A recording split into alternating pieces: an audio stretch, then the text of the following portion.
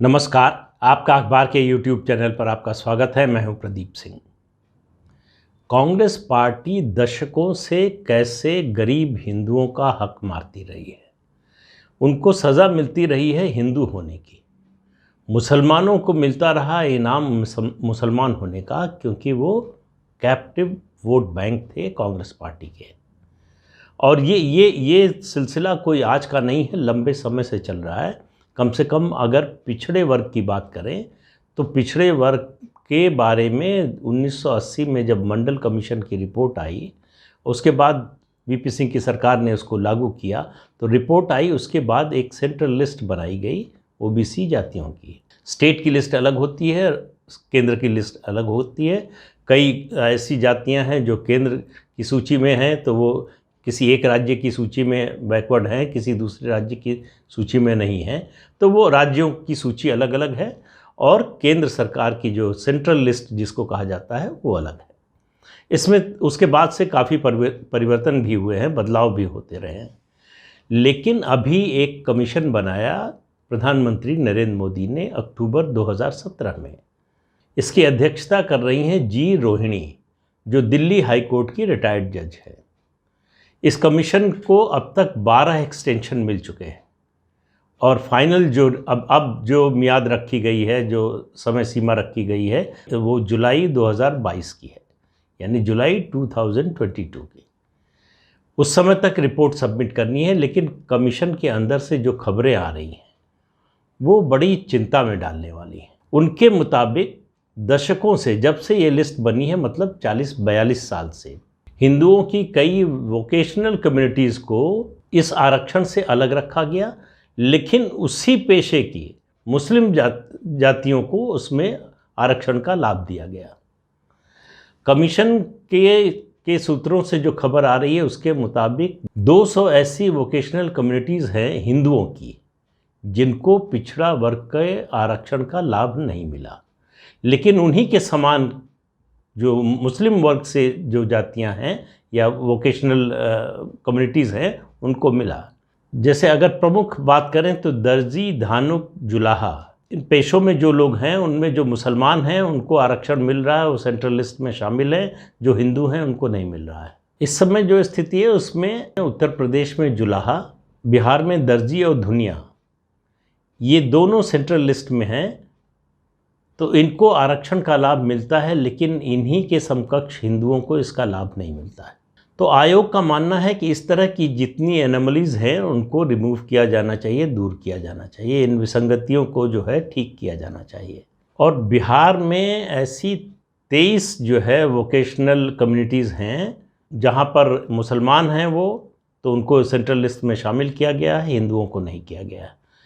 पश्चिम बंगाल में सबसे बड़ी है ये सूची, जहाँ 39 यानी 39 ऐसी वोकेशनल कम्युनिटीज़ हैं जो हिंदुओं को शामिल नहीं किया गया है जिनमें से, और मुसलमानों को शामिल किया गया है। तो आयोग ने जो बात कही, देखिए आयोग का गठन का मुख्य मकसद क्या था। आयोग के गठन का मुख्य मकसद ये था कि जो ओबीसी के लिए, पिछड़ा वर्ग के लिए 27% का आरक्षण है, उसका बंटवारा न्याय संगत ढंग से हो। न्याय संगत ढंग से हो मतलब सबको समान अवसर मिले। अभी क्या है कि कुछ जातियां जो ओबीसी में ज़्यादा संपन्न हैं, ज़्यादा पढ़ी लिखी हैं, वो आरक्षण का पूरा लाभ ले जाती हैं और नीचे की जो सूची में जातियां हैं वो उनको उसका लाभ नहीं मिल पाता है। तो इसको कैसे, इसका उपवर्गीकरण किया जाना था। सरकार का जो उद्देश्य था इसके पीछे कि ओबीसी के अंदर ही एक नया वर्ग तैयार किया जाए, उसमें उनको जो है, उन जातियों को अलग से आरक्षण की व्यवस्था हो। जो पहले भी कई बार कहा जाता रहा है कि इस 27 में से 12% निकाल कर जो है, जो अति पिछड़ा वर्ग है उसको अलग से आरक्षण इसी में 27 में दिया जाना चाहिए, 15 में बाकी सबको होना चाहिए। ये कोशिश चलती रही है। इसमें समस्या, ये पॉलिटिकली बड़ा सेंसिटिव इशू है। आरक्षण का मुद्दा ही वैसे ही पॉलिटिकली बड़ा सेंसिटिव है, लेकिन ये पिछड़ों वाला और ज़्यादा सेंसिटिव है, क्योंकि अब ये जब सब कैटेगराइजेशन होगा तो इसमें से यादव, कुर्मी, इनको अलग किया जाएगा। अब वो किसका कौन सा वोट बैंक है, इससे उसका राजनीतिक प्रभाव क्या पड़ेगा, ये किसी पार्टी के लिए अंदाज़ा लगाना मुश्किल हो रहा है। इसमें जो है, जो सूची जिनमें माना जा रहा है कि आरक्षण का ज़्यादा लाभ जिनको मिल रहा है, उसमें कुछ प्रमुख जातियां जो है यादव, कुर्मी, लोध, इस तरह की जातियां हैं जिनको आरक्षण का ज़्यादा लाभ मिल रहा है। तो बाकी लोगों को, बाकी भी अति जो पिछड़ी जातियां हैं वो इस लाभ से वंचित न रह जाएं, इसके लिए आयोग का गठन किया गया। बाद में इसके टर्म्स ऑफ रेफरेंस में 2-3 बातें जोड़ी गई। अगर कोई सुधार की ज़रूरत है, अगर कोई एम्बिग्युइटी है, तो उस सबको दूर किया जाए। अब आयोग कहने क्या जा रहा है? कहा यह जा रहा है आयोग के सूत्रों से जो पता चल रहा है कि पिछड़ा वर्ग के आरक्षण को रिलीजन न्यूट्रल बना दिया जाए, यानी धर्मनिरपेक्ष बना दिया जाए। किसी धर्म का हो, किसी जाति का हो, अगर एक वोकेशनल कम्युनिटी है तो किसी भी धर्म का हो, उसको आरक्षण मिलना चाहिए। ये नीति जो है, अगर आयोग अंततः इसकी सिफारिश करता है और मान ली जाती है, तो हिंदुओं के साथ जो लंबे समय से खासतौर से पिछड़ा वर्ग की बात है, उनके साथ जो अन्याय होता रहा है वो दूर होगा, पिछड़ा वर्ग में भी अति पिछड़ा वर्ग। लेकिन आप देखिए कि इसके बहाने जैसे ही ओबीसी में ये होगा कि इसको रिलीजन न्यूट्रल बनाया जाए, दूसरी मांग उठेगी, जिसकी तैयारी कांग्रेस पार्टी 2004 में सत्ता में आने के बाद से ही कर रही थी। 2004 में अक्टूबर में रंगनाथ मिश्रा की अध्यक्षता में एक कमीशन बना जिसका नाम था national commission for religious and linguistic minorities. इसकी रिपोर्ट आ गई 2007 में, लेकिन इसको टेबल नहीं किया कांग्रेस पार्टी ने, इस डर से कि इसका क्या असर होगा राजनीतिक। जब बहुत ज़्यादा दबाव पड़ने लगा संसद में, तो 2009 में सलमान खुर्शीद ने इसको हाउस में टेबल किया, संसद में रखा। रंगनाथ मिश्रा सुप्रीम कोर्ट के चीफ जस्टिस रह चुके हैं, शुद्ध रूप से कांग्रेसी। रिटायर होने के बाद उनको 2 आयोगों का अध्यक्ष बनाया गया। 1984 के नरसंहार के मामले में भी उनको एक आयोग का अध्यक्ष बनाया गया और कांग्रेस की ओर से उन्होंने लिपापोती का काम किया। उसके बाद उनको कांग्रेस ने राज्यसभा में भेज दिया। ये चीफ जस्टिस ऑफ इंडिया रह चुके हैं। तो इस कमीशन की रिपोर्ट, इसमें कहा क्या गया था आप सुनेंगे तो, अगर आपने नहीं पढ़ा है, इसके बारे में जानकारी नहीं है, तो आपको बड़ा आश्चर्य होगा। इस कमीशन ने कहा कि मुसलमानों को 10% आरक्षण मिलना चाहिए सरकारी नौकरियों में और सभी वर्गों में, और 5% आरक्षण जो और दूसरी माइनॉरिटीज़ हैं उनको मिलना चाहिए, यानी 15% आरक्षण मिलना चाहिए उनको। और ये कहा गया कि अगर ये आरक्षण देने में दिक्कत है, अगर दिक्कत होती है, तो जो पिछड़ा वर्ग का आरक्षण है उसमें से 10% इनके लिए तय किया जाए। 10 में 8.24% जो है वो मुसलमानों के लिए हो, बाकी जो है दूसरी माइनॉरिटीज़ के लिए हो। तो धर्म के आधार पर आरक्षण देने की पिछले दरवाजे से कोशिश लगातार कांग्रेस करती रही, और उस सबसे चौंकाने वाला और सबसे चिंता में डालने वाला रंगनाथ मिश्रा आयोग की जो सिफारिश थी वो ये थी कि जो अनुसूचित जाति है उसमें जो आरक्षण मिलता है अनुसूचित जातियों को, उसको भी रिलीजन न्यूट्रल बना देना चाहिए। उन्होंने कहा 1950 का जो शेड्यूल कास्ट ऑर्डर है उसको स्क्रैप कर देना चाहिए, उसको ख़त्म कर देना चाहिए। और उस ऑर्डर में ये कहा गया है कि ये आरक्षण सिर्फ जो हिंदू दलित हैं, जो हिंदू अनुसूचित जाति के लोग हैं, उन्हीं को मिलेगा। बाद में इसमें सिख और बौद्धों को जोड़ा गया। इसमें मुसलमान नहीं है, इसमें पारसी नहीं है, इसमें ईसाई नहीं है, इसमें जैन नहीं है। रंगनाथ मिश्रा का कहना है कि इसमें मुसलमानों को भी शामिल किया जाए, बाकी जो है धर्मों के लोग उनको भी शामिल किया जाए। इस सब का ये देखिए, ये सब एक फसाड है, एक धोखा है कि बाकी माइनॉरिटीज़। सारा मुद्दा ये है कि मुसलमानों को किस तरह से धार्मिक आधार पर आरक्षण दिया जाए। भारत का संविधान बड़े स्पष्ट रूप से कहता है कि धर्म के आधार पर आरक्षण नहीं मिल सकता।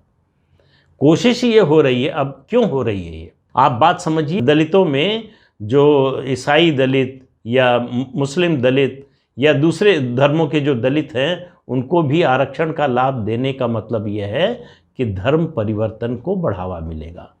कि आप धर्म परिवर्तन कीजिए फिर भी आपको दो दो लाभ मिलते रहेंगे।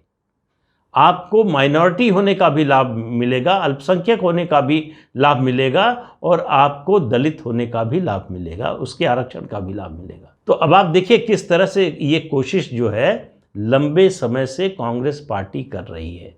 किसी न किसी तरह से पिछले दरवाजे से, इधर से उधर से, अलग अलग राज्यों की सरकारें कई बार अपने विधानसभा से पास कर चुकी हैं, आरक्षण की घोषणा कर चुकी हैं, हाई कोर्ट, सुप्रीम कोर्ट उनको रद्द कर चुका है। आप एक ही फंडामेंटल राइट में, एक ही मौलिक अधिकार में दो विशेष अधिकारों का फायदा नहीं ले सकते। आप दलित आरक्षण का भी लाभ लें और आप अल्पसंख्यक होने का भी लाभ लें, लेकिन कांग्रेस पार्टी ये करती रही है। 2009 में जब संसद में सलमान खुर्शीद से पूछा गया कि इसकी एक्शन टेकन रिपोर्ट कहाँ है, इस पर सरकार ने क्या कार्रवाई की, ये बताइए। कांग्रेस के उस समय तक हाथ पांव फूल गए थे। 2007-8 से जो है एक के बाद एक घोटाले सामने आने लगे थे। तो सलमान खुर्शीद ने कहा कि ये आयोग कमीशन ऑफ इंक्वायरी एक्ट के तहत नहीं बनाया गया था, इसलिए एक्शन टेकन रिपोर्ट देने की कोई मजबूरी नहीं है, कोई ज़रूरत नहीं है, इसलिए वो ठंडे बस्ते में चला गया। अगर कांग्रेस पार्टी मान लीजिए देश के दुर्भाग्य से 2014 में वापस आ गई होती तो आप देखते कि इस देश में क्या होता। जो राजस्थान में हो रहा है, जो बंगाल में हो रहा है, वो सब आपको कई गुना ज़्यादा दिखाई देता। तो ये जो वोट बैंक की पॉलिटिक्स है, ये जो मुस्लिम तुष्टीकरण की पॉलिटिक्स है, ये देश को दरअसल बर्बाद करने के लिए है। ये देश में सांप्रदायिक माहौल ख़राब करने के लिए, ये देश में हिंदुओं को दोयम दर्जे का नागरिक बनाने की सोच का नतीजा है। सांप्रदायिक दंगों के बारे में कांग्रेस किस तरह का कानून लेकर आ रही थी, बीजेपी के ज़बरदस्त विरोध के कारण उसको कदम पीछे हटाना पड़ा, वरना उसमें मैं उसका जिक्र पहले कर चुका हूँ विस्तार में, इसलिए उसकी बात ज़्यादा नहीं करूँगा। सिर्फ एक बात कहूँगा, उसमें एक प्रावधान ऐसा था कि जब भी कोई सांप्रदायिक दंगा होगा तो उसके लिए जिम्मेदार हिंदू समुदाय होगा और उसको साबित करना होगा कि ये उन्होंने नहीं किया है। ये साबित करने की जिम्मेदारी सिर्फ और सिर्फ हिंदुओं पर होगी। इससे आप अंदाज़ा लगाइए कि कांग्रेस पार्टी करना क्या चाहती है। इससे आप अंदाज़ा लगाइए कि कांग्रेस पार्टी करना क्या चाहती थी और अब भी क्या करना चाहती है। तो रोहिणी कमीशन की रिपोर्ट आने के बाद पता चलेगा कि वो क्या रिकमेंडेशंस उसकी आती हैं। और आप मानकर चलिए अगर ये कमीशन कहता है कि ओबीसी रिजर्वेशन को रिलीजन न्यूट्रल बना देना चाहिए, तो उसके बाद कांग्रेस और तमाम विपक्षी दलों की ओर से मांग उठेगी कि दलित आरक्षण को भी, अनुसूचित जाति के आरक्षण को भी रिलीजन न्यूट्रल बना दिया जाए, जो एक खतरनाक खेल होगा, जो एक खतरनाक, जो देश को तोड़ने वाली बात होगी। तो इसलिए इस देश के नागरिक होने के नाते, इस देश की चिंता, इस देश की सुरक्षा, इस देश की एकता और अखंडता की चिंता करने वाले जितने लोग हैं, उन सबको सजग हो जाना चाहिए कि ऐसी किसी भी कोशिश का विरोध होना चाहिए। तो आज के अंक में इतना ही। अगले अंक में फिर मिलेंगे किसी नए मुद्दे के साथ। तब तक के लिए इजाज़त दीजिए। आपसे अनुरोध है कि ये चैनल देखिए, शेयर कीजिए, लाइक कीजिए और सब्सक्राइब ज़रूर कीजिए। नमस्कार।